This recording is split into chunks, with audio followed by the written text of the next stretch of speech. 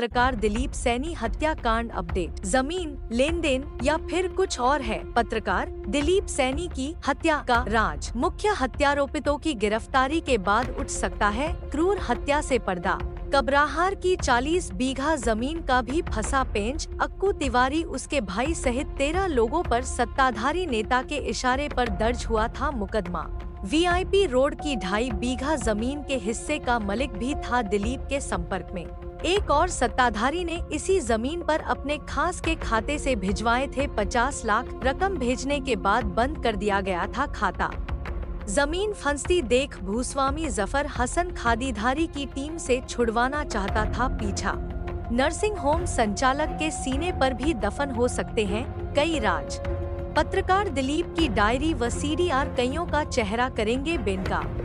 लेखपाल सुनील राणा भी जमीन कारोबार के लिए राजस्व कर्मियों का बन गया था सिंडिकेट। पत्रकार दिलीप सैनी की निर्मम हत्या में शामिल मुख्य आरोपितों की गिरफ्तारी अभी बाकी है। इस बीच पुलिस तफ्तीश में लगी होने के साथ बड़ी उधेड़बुन में भी है।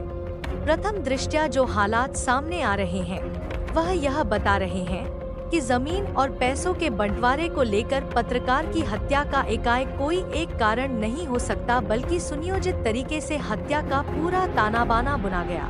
अंततः उसकी हत्या उन लोगों ने ही कर दी जिनकी वह छाया बना करता था। बिंदकी, कब्राहार व वीआईपी रोड सहित पर्दे के पीछे अभी कई और जमीनें हैं जो दिलीप की मौत का कारण हो सकती हैं।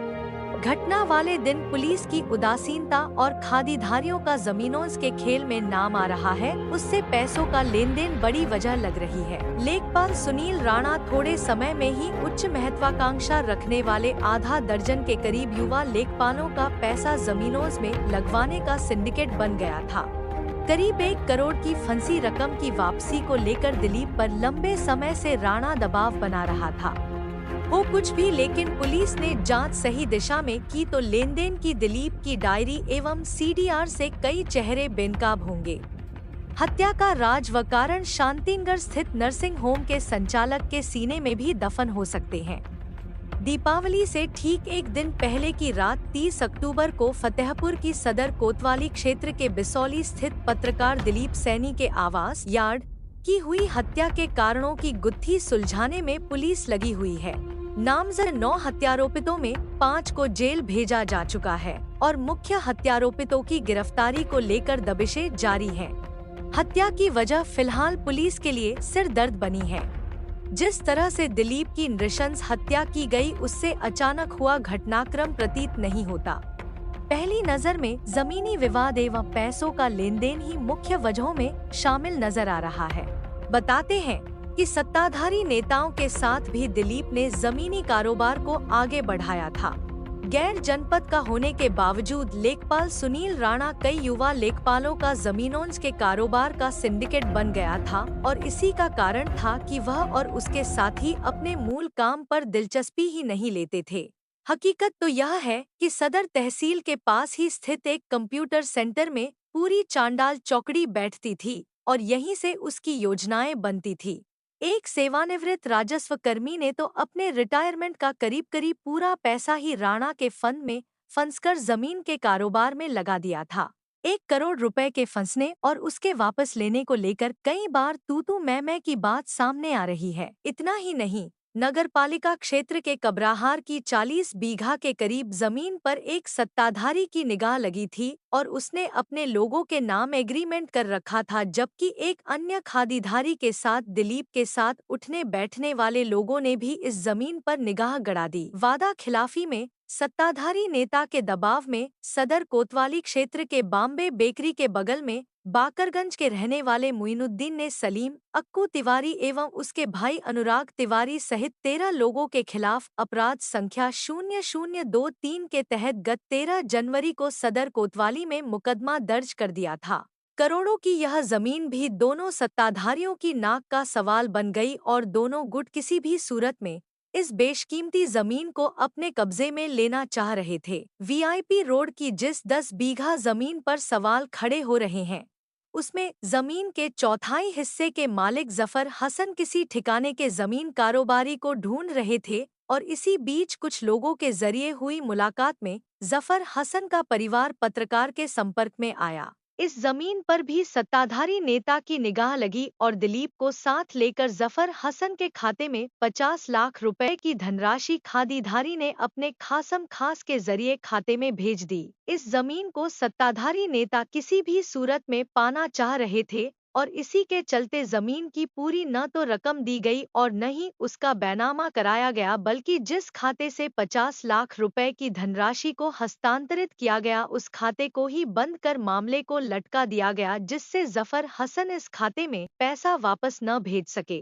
इसी बीच सत्ताधारी नेता ने जमीन को किसी तीसरी पार्टी को बेचने के ग्राहक ढूंढने भी शुरू कर दिए, लेकिन रकम इतनी मोटी मांगी जा रही थी कि कोई ग्राहक मिला ही नहीं। जफर हसन का पुत्र हसनान पत्रकार के संपर्क में रहा और यार्ड में रहने की बात भी सामने आई है। जमीन फंसती देख जफर हसन का परिवार खादीधारी की पूरी टीम से पीछा छुड़ाना चाह रही थी और इसी के चलते वह आबूनगर क्षेत्र में परिवार सहित रहने लगा। बिंदकी की एक और जमीन का मामला भी सामने आ रहा है। बताते हैं, अक्कू तिवारी की बिगडेल छवि होने के चलते इस जमीन में भी वह आगे रहा। घटना के बाद से दिलीप की हत्या के घटनाक्रम की शुरुआत वाले शांतिनगर के नर्सिंग होम का संचालक अपनी जान का खतरा बताकर दिलीप के साथ संबंधों की दुहाई दे सहानुभूति लेने का एक वीडियो सामने आया है। यह बात समझ के परे है कि नर्सिंग होम में करीब रोज पहुंचने वाले मुख्य आरोपित की संचालक से पहचान केवल फौरी तौर पर हो। उसके द्वारा कोतवाली में तोड़-फोड़ का मुकदमा दर्ज करने की शिकायत करने की चिढ़ भी घटना का कारण हो सकती है। घटनाक्रम के बहुतेरे राज संचालक के सीने में दफन हो सकते हैं। पुलिस अपने काम में लगी है, लेकिन एक बात तय है कि अगर जांच को सही दिशा में पुलिस ले गई तो अनगिनत चेहरे बेनकाब होंगे और शायद पत्रकार की क्रूरतम हत्या की सही तफ्सीस करके पुलिस अपने ऊपर बदनामी, उदासीनता के लग रहे आरोपों पर विराम भी लगाना चाहेगी। एक सप्ताह के अंदर कार्यवाही नहीं होती है तो इसी तरीके विभिन्न संगठनों का संयुक्त एक बड़ा उग्र प्रदर्शन सड़कों पर हम करेंगे। ये हम चेतावनी दे चुके हैं, सरकार को भी दे रहे हैं, प्रशासन को भी दे रहे हैं और सबको दे रहे हैं। क्या हुई थी निर्ममता से, आज उस पर पत्रकार साथियों में सहित सामाजिक संगठनों में रोष है।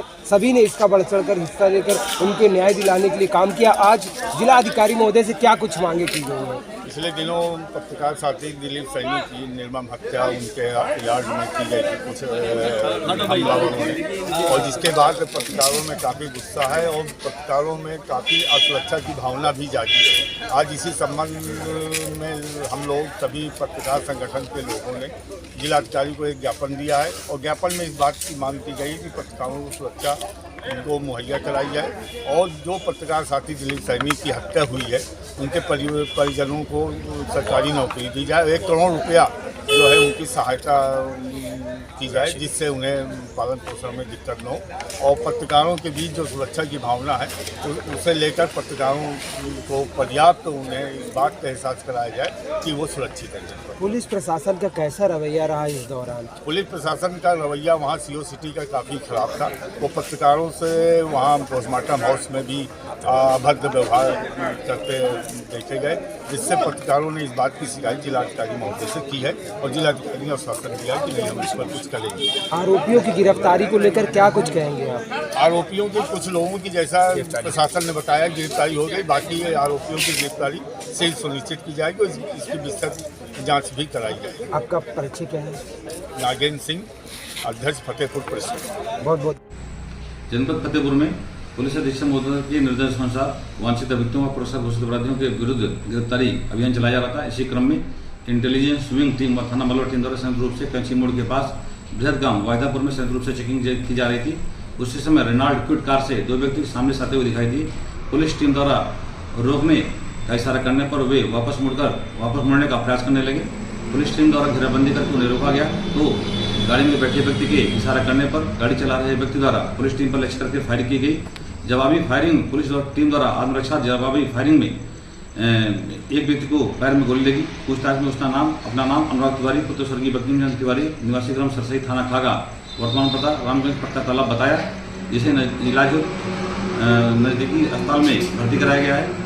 गाड़ी में बैठे दूसरे व्यक्ति आलोक तिवारी उर्फ अक्कू को भी गिरफ्तार किया गया है। इनके कब्जे से 1 अदद तमंचा 315 वो, 2 अदद खोखा कारतूस, 1 अदद जिंदा कारतूस, 1 चाकू, 1 रेनॉल्ट क्विड कार और 42 रुपये नकद बरामद हुए हैं। पूछताछ में इनके द्वारा बताया गया कि ये कोतवाली नगर में 30/31 की रात में हुई पत्रकार की हत्या में वांछित अभियुक्त हैं। इस प्रकार हमारे इंटेलिजेंस विंग व थाना मलौट टीम द्वारा एक सराहनीय कार्य किया गया है।